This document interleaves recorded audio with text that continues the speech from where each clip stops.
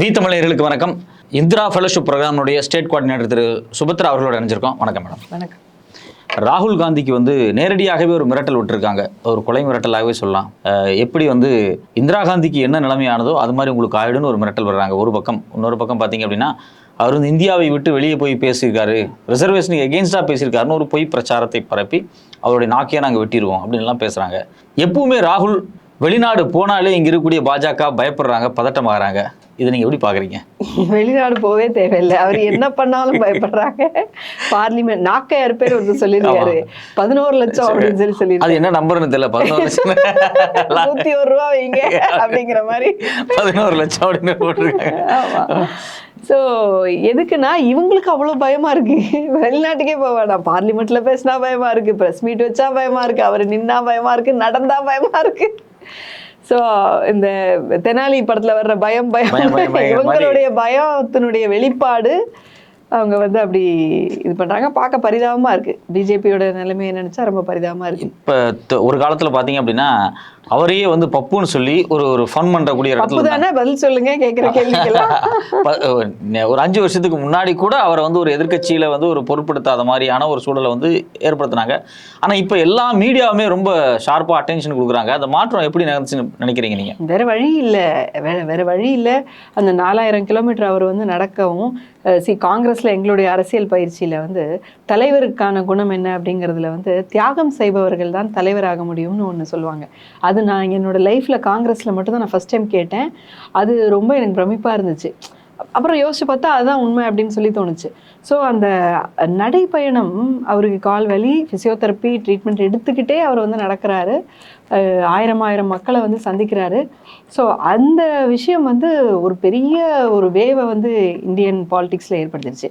அது வரைக்கும் யாருக்கும் இப்படி ஒன்று நடக்கும் அப்படின்னு கனவுல கூட யோசிச்சே பார்த்ததில்ல. அதுக்கு முன்னாடி வரைக்கும் நீங்கள் எல்லாம் எம்எல்ஏவை விலைக்கு வாங்கணும், நீங்கள்லாம் பிரசாந்த் கிஷோரை அப்பாயிண்ட் பண்ணிக்கணும், நீங்கள்லாம் இப்படி பண்ணணும் அப்படி பண்ணணும்னு சொல்லிட்டு ராகுல் காந்திக்கும் காங்கிரஸுக்கும் அட்வைஸ் பண்ணாத ஜீவராசியே கிடையாது இந்திய நாட்டில். எல்லாரும் சொல்லிட்டு இருந்தாங்க. யாருக்குமே தோணலை இவர் இப்படி ஒரு நடைப்பயணத்தை பண்ணணும்னு. அவருக்கு தான் தோணுச்சு.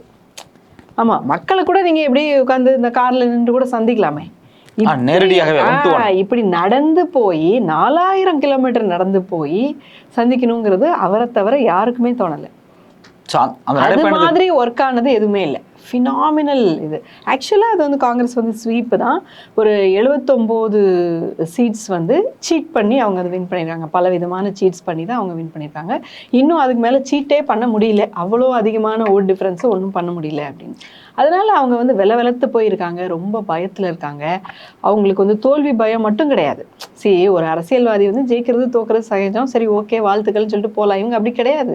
அடிச்சு வச்சிருக்க கொள்ளைக்கு அதுவும் ராகுல் காந்தி தலைவர் என்ன சொல்றாங்கன்னா, திரும்ப என்ன சொல்றாங்க அப்படின்னா, எல்லாரும் கவனமா இருந்துக்கங்க, எல்லார் மேலேயும் ஆக்ஷன் எடுக்கப்படும் அப்படிங்கிறத அவர் சொல்லிக்கிட்டே இருக்காரு இல்லையா?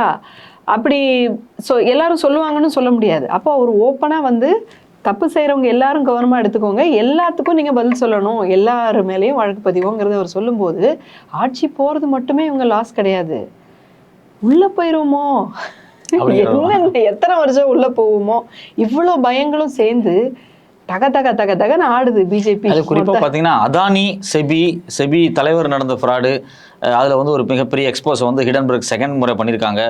தொடர்ச்சியாக பல ஊழல்கள் தொடர்ச்சியாக ஹிடன்பர்க்காக இருக்கட்டும், ஃபினான்ஷியல் டைம்ஸாக இருக்கட்டும், அவ்வளோ ஆதாரங்கள் வெளியிட்டுட்டே இருக்காங்க. அதை ரொம்ப ஷார்ப்பாக எடுத்து பார்லிமெண்ட்டில் இருந்து ப்ரெஸ் மீட்டில் வரைக்கும் திரு ராகுல் அவர்கள் வெளிப்படுத்திக்கிட்டே இருக்காரு. அது என்ன மாதிரியான நாக்கு இருக்கிறதுனால தானே சார் வெளிப்படுத்த முடியுது அந்த பயம்.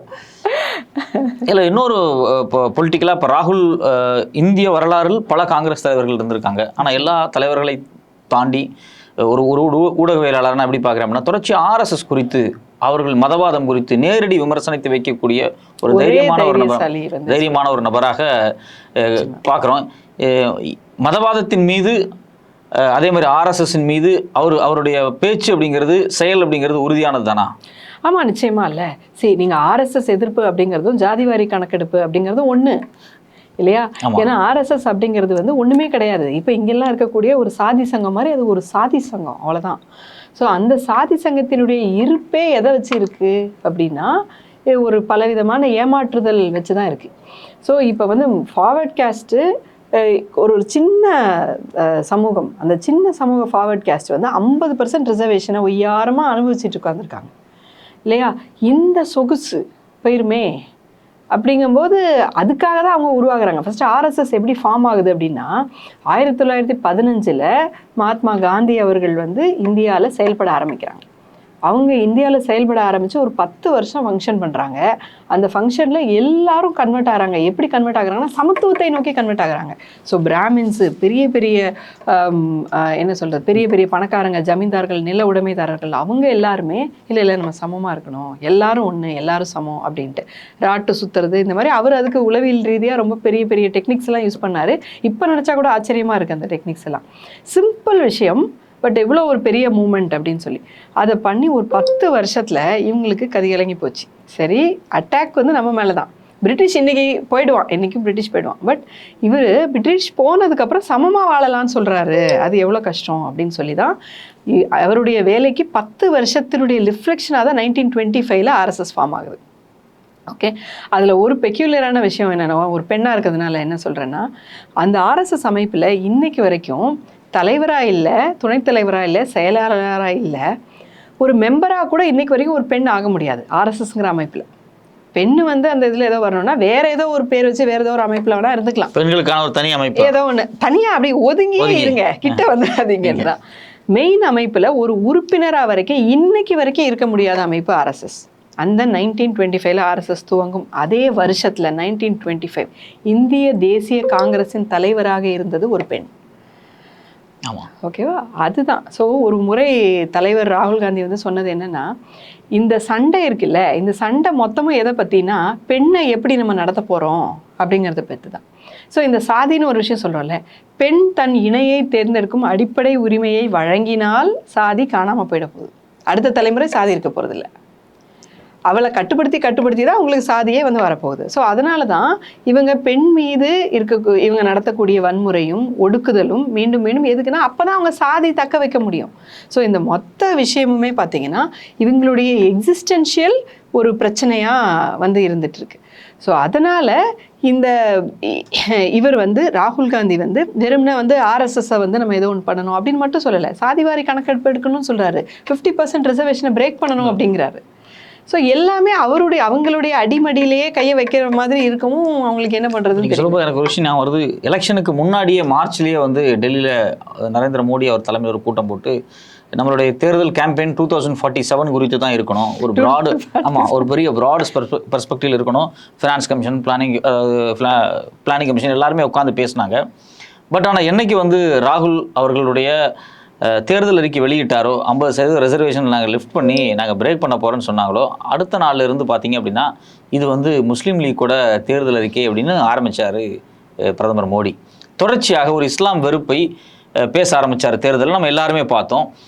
50% ரிசர்வேஷனை உடைக்கணும்னு சொன்னாலே இவ்வளோ பயம் வருது. இந்த உடைச்சு ரிசர்வேஷனை வந்து எல்லாத்துக்கும் ஓபிசி, எஸ்சி, எஸ்டி எவ்வளோ மக்கள் இருக்காங்களோ அதுக்கு இணையாக கொடுக்கணும் அப்படின்னு நினைக்கக்கூடிய ராகுலுடைய இந்த திட்டம் வந்து அவர் திருப்பி ஆட்சிக்கு வரும்போது உறுதியாக இருக்குன்னு நம்புறீங்களாண்ணே? நிச்சயமாக நான் இருக்குன்னு நினைக்கிறேன். ஏன்னா வந்து ப்ரிசைஸாக போயிட்டு இருக்காரு. எப்படின்னா அவர் என்ன சொல்றாருன்னா, வெறும்னா இது மட்டும் கிடையாது, 90% ஆஃப் த செக்ரட்டரிஸ் யார் இந்த அரசாங்கத்தை நடத்துகிறாங்களோ அந்த ஆட்களில் 90% பேர் வந்து உயர் சாதியில மட்டும் தான் இருக்காங்க அப்படின்னு சொல்றாரு. வெளிப்படையா சொன்னாரு. யாரு பேசுவா இந்த பட்ஜெட்டை பத்தி பேசும்போது வெளிப்படையா காமிச்சாரு. இந்த பட்ஜெட் ப்ரிப்பேர் பண்ணதுல யாருமே வந்து இந்தியாவினுடைய 97% மக்கள் யாரும் இல்லை அப்படின்னு சொல்லி கேட்கிறாரு. பட்ஜெட்ல ப்ரோக்ராமாவும் இல்லை, பட்ஜெட் ப்ரிப்பரேஷன்ல இல்லை அப்படிங்கிறத இல்லை அப்படின்னு சொல்லி சொன்னாரு. ஸோ அது அந்த மாதிரி ப்ரிசைஸா அவர் வந்து சொல்லிக்கிட்டே வராரு. அது மட்டும் கிடையாது, கட்சியில பார்த்தீங்கன்னா இப்போது ஆல் இண்டியா லெவலில் வந்து செக்ரட்டரிஸ் போட்டிருக்காங்க. ஸோ அந்த செக்ரட்டரிஸ் அளவுலேயே பார்த்தீங்கன்னா ஒரு பெரிய மாறுதல் வந்து கொடுத்துருக்குறாங்க. நிறைய பெண்களுக்கு, நிறைய ஒடுக்கப்பட்ட சமூகத்துக்கு, ஓபிசிக்கு வந்து ரிசர்வேஷன்ஸ் வந்து கொடுத்துருக்காங்க. ஸோ இப்போ எம்பிஸ் பார்த்தீங்கன்னா 101 எம்பிஸ் இருக்கிறாங்க இன்றைக்கி பாராளுமன்றத்தில். அதை 33 வந்து ஒடுக்கப்பட்ட சமூகத்திலிருந்து எலெக்ட் ஆகி வந்திருக்காங்க. ஸோ இந்த மாதிரி அது தவிர இப்போ எங்கள் கட்சிக்குள்ளேயே பார்த்தீங்கன்னா இந்திரா ஃபெலோஷிப் அப்படின்னு சொல்லிட்டு எங்களுக்கு பெண்களுக்காக எக்ஸ்க்ளூசிவாக எங்களுக்கு மட்டுமே ஒரு அரசியல் பயிற்சி ஸோ அது வந்து அதுக்கு வந்து யாரும் அந்தந்த ஸ்டேட்டுக்கு ரிப்போர்ட்டிங் கூட கிடையாது, டைரெக்டாக டெல்லிக்கு ரிப்போர்ட்டிங். ஸோ அவருடைய ஒரு நண்பர் மிகவும் நம்பிக்கைக்குரிய மணிஷ் சர்மான்னு சொல்லிட்டு அவங்கள வச்சு எவ்வளோ க்ளோஸ் ஃபாலோ அப்னா every week follow up, every month in person follow up அந்த மாதிரி வச்சு ரொம்ப ரிகரஸாக நடத்துகிறாங்க. ஸோ அதோட ஒரு பாட்டாக இருக்கிறதுனால சொல்கிறேன், பயங்கர ரிகரஸாக அதை நடத்திட்டு இருக்காங்க. எதுக்காக? உமன் ரிசர்வேஷனுக்காக. ஸோ நாளைக்கு 50% எம்எல்ஏ எம்பி இந்த ரிசர்வேஷன் வந்தாலும் சரி, இன்னொன்று எக்ஸிஸ்டிங் ரிசர்வேஷன்லேயே அது வந்து ஆண்களால் அபகரிக்கப்பட்டிருக்கு, அந்த ரிசர்வேஷனையும் மீட்டெடுக்கணும் அப்படிங்கிறதுலையும் ரொம்ப தீவிரமாக செயல்பாடு வந்து கட்சிக்குள்ளே நடந்துட்டுருக்கு. ஸோ ஈஸியாக ஏதோ ஒன்று இப்படி பேசிட்டு போயிடலாம். பட் கட்சியின் முடிவெடுக்கும் இடத்தில் பெண்கள் இருக்கணும், ஒடுக்கப்பட்ட சமூக மக்கள் இருக்கணும், பிற்படுத்த சமூக மக்கள் இருக்கணும் அப்படிங்கிற. ஏன்னா இந்த 3% டாமினேஷனுங்கிறது இந்தியன் தேசத்தில் மட்டும் கிடையாது, காங்கிரஸ்குள்ளேயும் ஒரு பெரிய அளவில் இருக்கு இல்லையா? அதை வந்து டிஃபீட் பண்ணணும் அப்படிங்கிறது எவ்வளோ பிரேவ் ஸ்டெப்பு சார், யார் எடுக்க முடியும்? ஒரு சுத்திகரிப்பு தான் அது. ஸோ சுத்திகரிப்புனா இது யாரும் இவங்கெல்லாம் அழுக்கு இல்லை அதை மாதிரி நம்ம சொல்லலை. நம்ம என்ன சொல்கிறோம்னா எல்லாருக்கும் இடம் கொடுக்கணும் அப்படிங்கிற அந்த விஷயத்தை வந்து கட்சிக்குள்ளே இவ்வளோ தீவிரமாக பண்ணுறதை வச்சு நான் சொல்கிறேன், is extremely serious, is very serious about whatever is saying. அவருடைய கார்ப்பரேட் அப்ரோச் அப்படிங்கிறது பார்த்தீங்கன்னா பெரும்பாலும் வந்து ஒரு குரோனிக் கேபிட்டலிசத்தை வந்து அம்பானி அதானி மாதிரியான ஒரு மோனோபலைஸான கேபிட்டலிஸ்ட்டை வந்து ஒரு தொடர்ச்சியாக எதிர்க்கிறார் அவர் இப்போ ஆட்சிக்கு வரும்போது ஒரு வெல்ஃபேர் ஸ்டேட் அப்படிங்கிறது வந்து இன்னும் ரொம்ப ஸ்ட்ரென்த்தனாக மாறுமா? நிறைய வெல்ஃபேர் ஸ்கீம்ஸ் வருமா? நிச்சயமாக இல்லை. அவங்களுடைய தேர்தல் அறிக்கையில் அவங்க அறிவிச்சிருக்கிறதுலையே பார்த்தீங்கன்னா மிகவும் ஏழையாக இருக்கவங்களுக்கு வந்து வருஷத்துக்கு 1 லட்ச ரூபா இந்த குடும்பத்து பெண்களுடைய அக்கௌண்ட்டில் டைரெக்டாக கிரெடிட் பண்ணுறேன் அப்படின்னு சொன்னாங்க.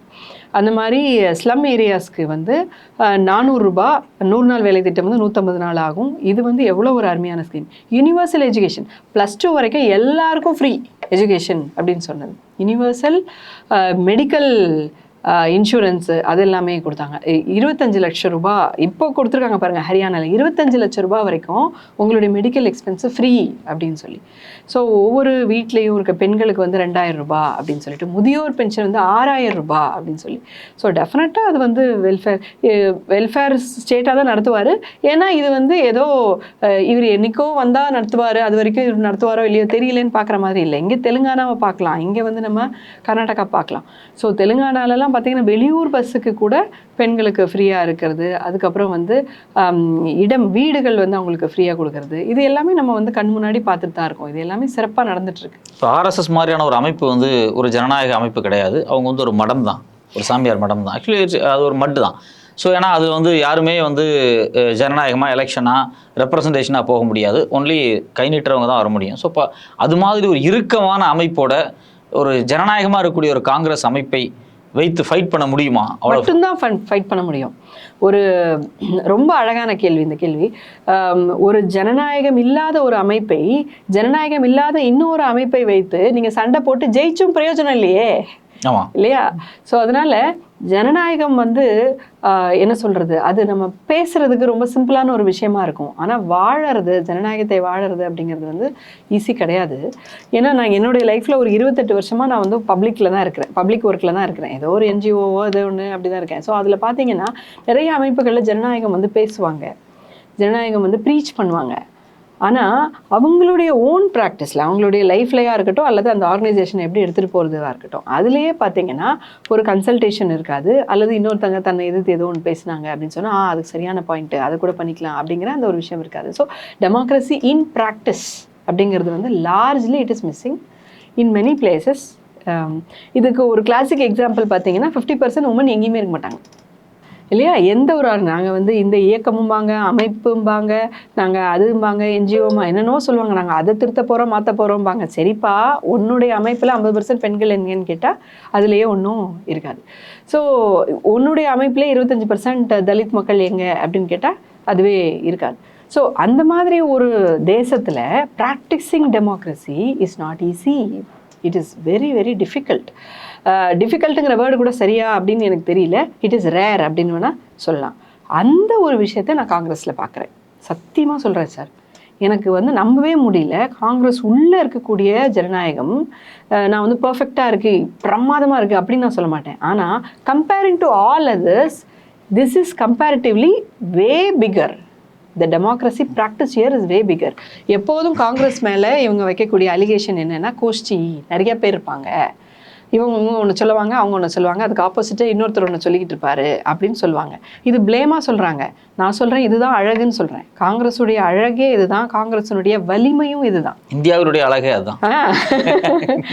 ஸோ அது வந்து ஒரு கட்சிக்குள்ளே இங்கே இருக்குது. இங்கே வந்து 4 கோஷ்டி 10 கோஷ்டி அப்படின்னு சொல்கிறாங்களா, கோஷ்டி அப்படின்னு நீங்கள் அதை இழிவாக பேசுகிறீங்க.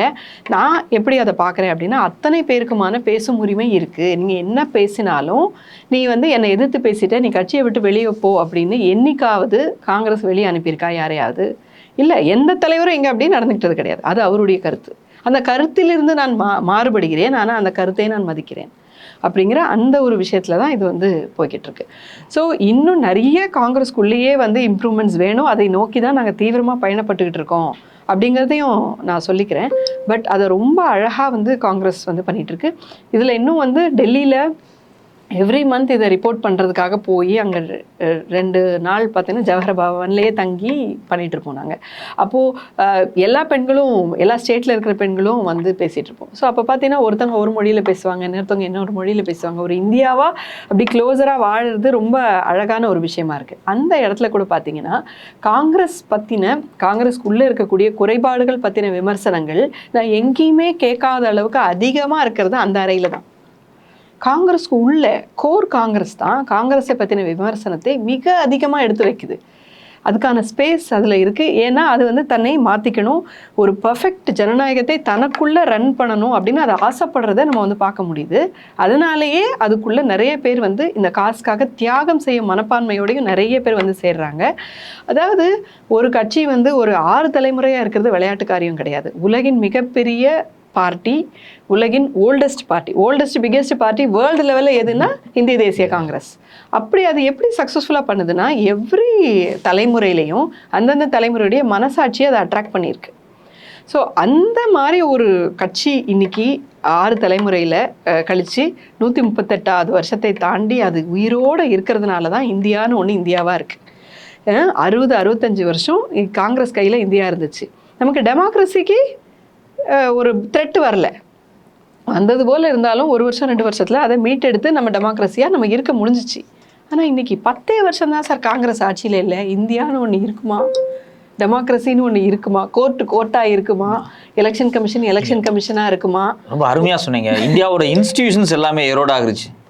அது திருப்பி நாம சரி பண்ணிட முடியும். அந்த இன்ஸ்டிடியூஷன்ஸை ஒரு சின்ன கல்லா எடுத்து வச்சு செதுக்கி இருக்கு இல்லையா காங்கிரஸ். இந்த ஒவ்வொரு இன்ஸ்டிடியூஷனுக்கும் அதுக்கான சட்டம், அதுக்கான ரூல்ஸு, இது நான் ஒரு சார்ட் அக்கௌண்டராக இருக்கிறதுனால சொல்கிறேன், இன்டர்னல் கண்ட்ரோல்னு ஒன்று சொல்லுவோம். ஸோ பல பேர் சேர்ந்து கோலிஷன் ஆனாதான் அவங்க வந்து ஊழலே பண்ண முடியும், கொல்யூஷன் ஆனாதான் ஒரு ஊழலே பண்ண முடியும், இல்லைன்னா ஊழல் பண்ண முடியாதுங்கிற மாதிரி அந்த செட்டப் வந்து இருக்கும். ஸோ அதுக்கு நிறையா டிரான்ஸ்ஃபர்ஸ் இந்த மாதிரி அந்த ஒரு செட்டப் வந்து எந்த அளவுக்கு ஊழலை வந்து ரெசிஸ்ட் பண்ண முடியுமோ அந்த ஸ்ட்ரக்சரே ரெசிஸ்ட் பண்ணும். அந்த மாதிரியான ஒரு விஷயத்த காங்கிரஸ் வந்து பெத்து போட்டிருக்கு, உருவாக்கியிருக்கு, செஞ்சிருக்கு. நீங்கள் சொல்லும்போது எனக்கு ஒரு விஷயம் ஞாபகம் வருது. தேர்தல் பாண்டு குறித்து இவங்க அறிமுகப்படுத்த நினைக்கும் போது கடுமையாக ஆர்பிஐ வந்து அதை அப்போஸ் பண்ணி லெட்டர் வந்து இந்தியாவோட பிஎம்ஓ ஆஃபீஸுக்கு அனுப்புகிறாங்க. அதே சமயத்தில் எலெக்ஷன் கமிஷனும் இது வந்து சரியாக வராது அப்படின்னு அனுப்புகிறாங்க. இன்னொரு பக்கம் எஸ்பிஐ பேங்க்கும் சரியாக வராதுன்னு அனுப்புகிறாங்க. பட் ஆனால் இதுக்கான ரிப்ளைஸ் எல்லாமே வேறு ஆட்களை வச்சு ஒரு அந்த இன்டர்னலாக நடந்த லெட்டர்ஸை வந்து சில பத்திரிகைகள் வெளியிட்டிருந்தாங்க. இப்போ ரிப்போர்ட்டர்ஸ் கலெக்டிவ் மாதிரியான பத்திரிகைகள். அதை நான் படித்தப்போ நீங்கள் சொன்னது எனக்கு அப்படியே ஞாபகம் வருது. பல இன்ஸ்டிடியூஷன்ஸை வந்து நீங்கள் ஒரே நேரத்தில் கரப்ட் பண்ணிட முடியாது. ஏன்னா எல்லாருமே அவங்களோட அப்போஸை தெரிவிப்பாங்க. இது எல்லாத்தையும் போட்டு மொத்தமாக பிஎம்ஓ ஆஃபீஸை தன்னோட கட்டுப்பாட்டில் வச்சு எல்லா இன்ஸ்டிடியூஷனையுமே இவங்க எரோட் பண்ணியிருக்காங்க அப்படிங்கிறது வந்து நமக்கு வெளிப்படையாக தெரியுது. இதை திருப்பி ரீபில்ட் பண்றதுக்கு முயற்சி பண்ணிக்கிட்டே இருந்தா கூட அந்த இன்ஸ்டிடியூஷன்ஸ் வந்து ஃபால் ஆயிட்டு இருக்கு. அப்போ வந்து ஒரு ஐஏஎஸ் ஆஃபீஸர், ரிசைன் பண்ண ஒரு ஐஏஎஸ் ஆஃபீஸர், அவங்க சொன்னது எனக்கு ஞாபகம் வருது. அவங்க என்ன சொன்னாங்கன்னா, when institutions fail, people stand up. So இந்த ஜனநாயக அமைப்புகள் உடையும் போது தனி மனிதர்கள் எழுந்து நிற்பார்கள் அப்படின்னு நடந்துச்சா இல்லையா? எத்தனை பேர் எழுந்து நின்னாங்க சார்? இந்த எலெக்ஷனுக்கு எத்தனை பேர் வந்து வேலை செஞ்சாங்க. தான் வேலையை விட்டுட்டு, தான் வேலை பொழப்பை விட்டுட்டு அவ்வளோ பேர் வேலை செஞ்சாங்க. எல்லா ஸ்டேட்லேயும் எல்லா டிஸ்ட்ரிக்ட்லேயும் வந்து ஒரு குக்கிராமம் வரைக்கும் என்னால் காமிக்க முடியும் எப்படி வேலை செஞ்சாங்கன்னு. So we people we have practiced democracy, we have enjoyed democracy, we have tasted democracy, we will never compromise the democracy. As Indians we can never compromise the democracy. எப்படி ஆனாலும் சரி கண்டிப்பாக நம்ம வந்து இதை மீட்டெடுத்தே தீர்வோம். இறுதியாக ஒரே ஒரு கேள்வி கேட்குறேன். டெமோக்ரஸி பற்றி இவ்வளோ ஆழமாகவும் நம்பிக்கையாகவும் உங்களோட சொற்கள் இருக்குது. ராகுல் காந்தியை மிரட்டுறாங்க, நாக்க வெட்டுருவோம் அப்படிலாம் பேசுகிறாங்க. ஆனால் அதை பேசுகிறவங்க பாஜகவினுடைய முன்னாள் எம்எல்ஏக்களாக இருக்காங்க, இல்லை பாஜக கூட்டணியில் இருக்கக்கூடிய சிவசேனா அணியை சார்ந்தவங்களாக இருக்காங்க. ஆனால் ஒரு பிரதமராக, ஒரு உள்துறை அமைச்சராக, ஒரு லா அண்ட் ஆர்டருக்கு ஒரு பொறுப்புள்ள ஒரு நபராக ஒரு அறிக்கை கூட இது தவறு அப்படின்னு இன்னைக்கு இருக்கக்கூடிய கவர்மெண்ட் சொல்லவே இல்லை. அதுதான் இன்னைக்கு காங்கிரஸ் இன்னைக்கு வச்சிருக்கிற பிளேமே அவங்க மேலே அதுதான். இதெல்லாம் உங்களுடைய சதியா? ஸோ ஹெச்எம்மும் பிஎம்மும் சேர்ந்து நீங்கள் வந்து திட்டமிட்டு இதை சொல்ல வச்சுருக்கீங்களா அப்படின்னு சொல்லி அவங்க கேட்குறாங்க. அப்படின்னு சொல்லி அவங்க சொல்கிறாங்க. அவங்க ரொம்ப சரியாக சொல்கிறாங்க.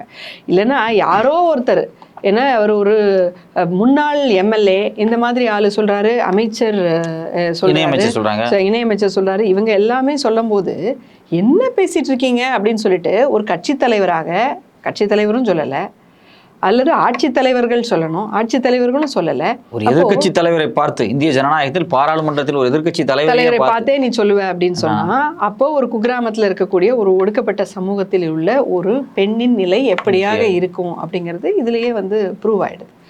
So these people are not protectors of the constitution, they are destructors of the constitutions. ராகுலுக்கு அந்த கொலை மிரட்டலை மையமாக வச்சு நீங்கள் ரொம்ப விரிவாக ஜனநாயகத்துக்கும் ஒரு பாசிசத்துக்கும் இடையில் இருக்கக்கூடிய ஒரு பெரிய சண்டையை ரொம்ப அழகாக சொன்னீங்க. ரொம்ப நன்றி மேடம். தேங்க்யூ. ஓகே.